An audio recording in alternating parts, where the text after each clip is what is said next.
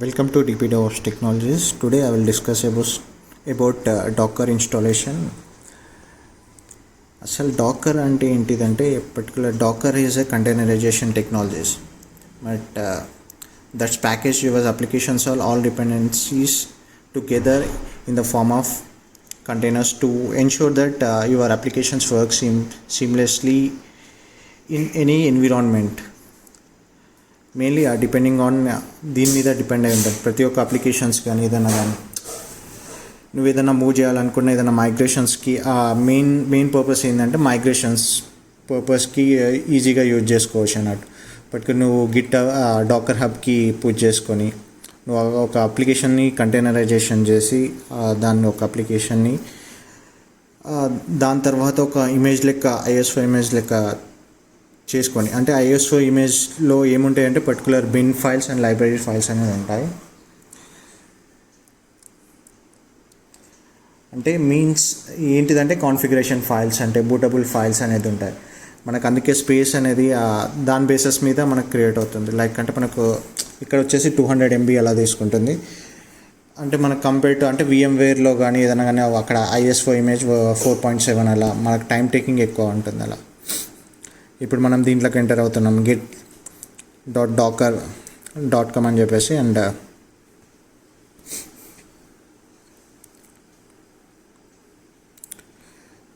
Particular మనకు దానికి సంబంధించిన కమాండ్స్ వచ్చాయి కానీ curl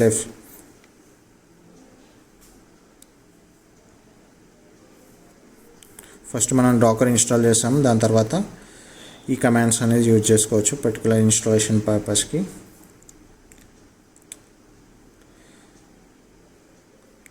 అది మైగ్రేషన్స్కి ఎందుకంటున్నానంటే పర్టికులర్ నువ్వు ఏదైనా కంటైనరైజేషన్ చేసినప్పుడు అప్లికేషన్స్ అనేది దాని మీద రన్ అవుతాయి. బట్ దీంట్లో ఆ అప్లికేషన్స్ని ఐఎస్ఓ ఇమేజ్ లెక్క క్రియేట్ చేసిన తర్వాత నెక్స్ట్ అక్కడ పుష్ చేస్తాం అన్నట్టు డాకర్ హబ్కి.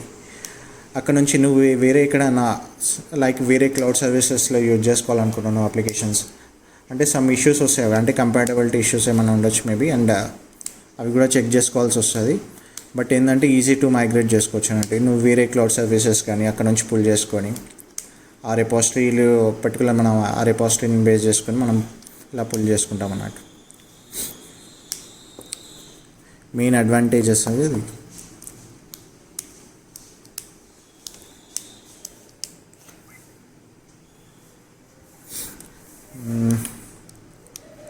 ఇప్పుడు నేను చెక్ చేశాను చూడండి. అంటే ఆల్రెడీ ఇన్స్టాల్ చేశాను బట్ డాకర్ది స్టేటస్ చెక్ చేశాను, యాక్టివ్లో ఉంది అండ్ సిస్టమ్ CTL ఎనేబుల్ చేస్తున్నాను. అంటే దీనికి ముందు మనం మాట్లాడుకోవాల్సింది ఏంటంటే డాకర్ ఇమేజెస్ అంటే ఏంటిది పర్టికులర్ డాకర్ ఇమేజెస్ అంటే సోర్స్ ఆఫ్ డాకర్ కంటైనర్స్ అన్నట్టు.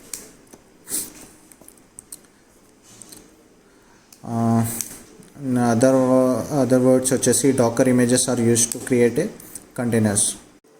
ఇంకొకటి మనకు ప్రాబ్లం ఏంటంటే పర్టికులర్ అంటే ఇప్పుడు డాకర్ మెయిన్గా ఎందుకు యూజ్ చేస్తాము అంటే ఫస్ట్ వచ్చేసి మనకు హోస్ట్ OS అని చెప్పేసి ఉంటుంది, దాని మీద VMware వేస్తాము. అంటే హోస్ట్ OS అంటే మనకు లైనక్స్ కానీ విండోస్ కానీ ఉండొచ్చు మేబీ. అక్కడ డాకర్ సెర్చ్ చేస్తున్నాను, నాకు అక్కడ కమాండ్ దాని మీద వచ్చేసి VMware వేసి దాని బేసెస్ మీద మళ్ళీ గెస్ట్ OS అని చేస్తాం. గెస్ట్ OS అనేది మనకు ఒక సర్వర్ ఇన్స్టాన్స్ కానీ క్రియేట్ చేయడం కానీ అలా కానీ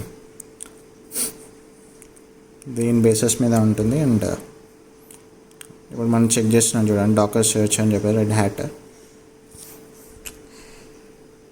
మెయిన్ ప్రాబ్లం ఏంటంటే మనం ఒకవేళ ఒక అప్లికేషన్స్ని అంటే డాకర్ వల్ల మెయిన్ అడ్వాంటేజెస్ ఏంటంటే ఒక ఫిజికల్ సర్వర్ ఉంది.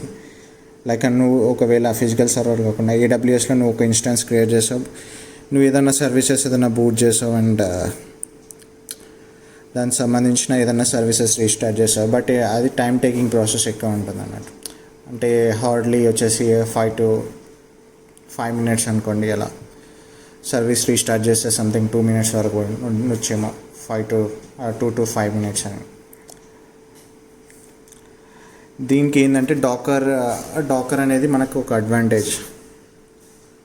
ఇప్పుడు మనకి ఏదన్నా ఇప్పుడు నేను CentOS కానీ సంథింగ్ ఇప్పుడు డాకర్ పుల్ సెంటోస్ అని చెప్పేసి నేను పుల్ చేసుకుంటాను.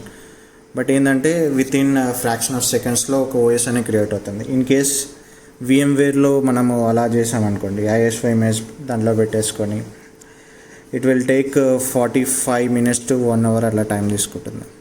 దానికి దీనికి అడ్వాంటేజెస్ అనేది అలా. ఇదేంటంటే ఇంకొకటి డిసడ్వాంటేజ్ అంటే దీంట్లో మనకి ఇన్స్టెన్స్లో అంటే AWSలో ఒక ఇన్స్టెన్స్ క్రియేట్ చేస్తాం, మనం దాని బేసిస్ మీద ఒక నంబర్ ఆఫ్ అప్లికేషన్స్ దాని మీద రన్ చేస్తాం.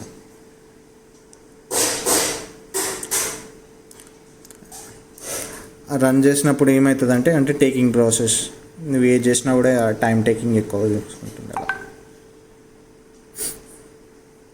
చెక్ చేయండి ఒకసారి. అండ్ డాకర్ ఇప్పుడు నేను అది దానికి సంబంధించిన ఇమేజెస్ చెక్ చేశాను. అండ్ హలో వరల్డ్ అని చెప్పేసి నేను ఎంటర్ చేశాను. దానికి సంబంధించిన ఇమేజ్ ఐడి అంటే ఇప్పుడు మనం చెక్ చేసాం చూడండి,